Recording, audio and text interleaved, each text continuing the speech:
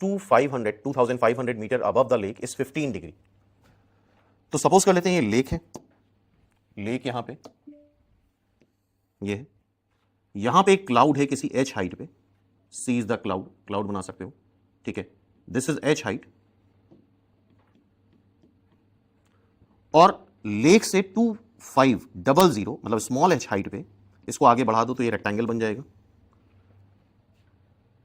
The angle of elevation of stationary cloud, इस point से इसका जो एंगल ऑफ एलिवेशन आ रहा है दैट इज 15 डिग्री। ये 15 डिग्री दे रखा है, ये 2500 दे रखा है। क्वेश्चन को समझने की कोशिश करो, फिर इसका शॉर्टकट देख लेते हैं। And the angle of depression of its reflection, अगर लेक ये बेस लाइन है तो इसका जो रिफ्लेक्शन बनता है, तुम्हें पता होना चाहिए रिफ्लेक्शन इक्वल डिस्टेंस पे ही बनेगा, ये भी h हाइट होगी, दैट इज द रिफ्लेक्शन। इसका angle of depression, angle of depression कितना है 45 डिग्री, इसको मिला दो, एंगल ऑफ डिप्रेशन क्या होता है, ये होता है, और ये सेम हो जाएगा, दैट इज 45 डिग्री, ठीक है।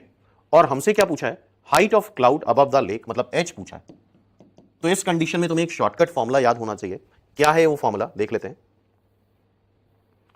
सेम सिचुएशन यहां पे देख रही है, ये लेक है, h हाइट पे क्लाउड है, रिफ्लेक्शन h हाइट पे आ रहा है, इसका एंगल ऑफ एलिवेशन अल्फा है, एंगल ऑफ डिप्रेशन बीटा है किसी a हाइट पे। तो हाइट ऑफ क्लाउड आ जाता है a, दोनों एंगल्स को ऐड कर दो और नीचे साइन ऑफ बड़ा एंगल माइनस छोटा एंगल कर दो। तो इसको अल्फा बीटा करके ना याद रखे तुम, साइन ऑफ बड़ा एंगल माइनस छोटा एंगल। तो फिर से देख लो फॉर्मूला, ए जो हाइट जिस हाइट से ऑब्जर्व कर रहे हो, साइन अल्फा प्लस बीटा दोनों एंगल्स का सम, नीचे क्या कर दोगे, साइन ऑफ बड़ा एंगल माइनस छोटा एंगल, सिंपल, ठीक है। तो ये फॉर्मूला हम यहां पे लगाने वाले हैं। एच हाइट क्या हो जाएगी, ये ए दे रखा है, एच हाइट क्या हो जाएगी, a sine alpha plus beta upon sine beta minus alpha. A है 2500, अल्फा बीटा 15 डिग्री और 45 डिग्री दे रखा है, नीचे साइन 45 डिग्री माइनस 15 डिग्री। तो पूरा इसको सॉल्व करोगे तो ऊपर आ रहा है sine 60, sorry that is 2500, sine 60 होगा √3/2 और नीचे आएगा साइन 30 दैट इज 1/2।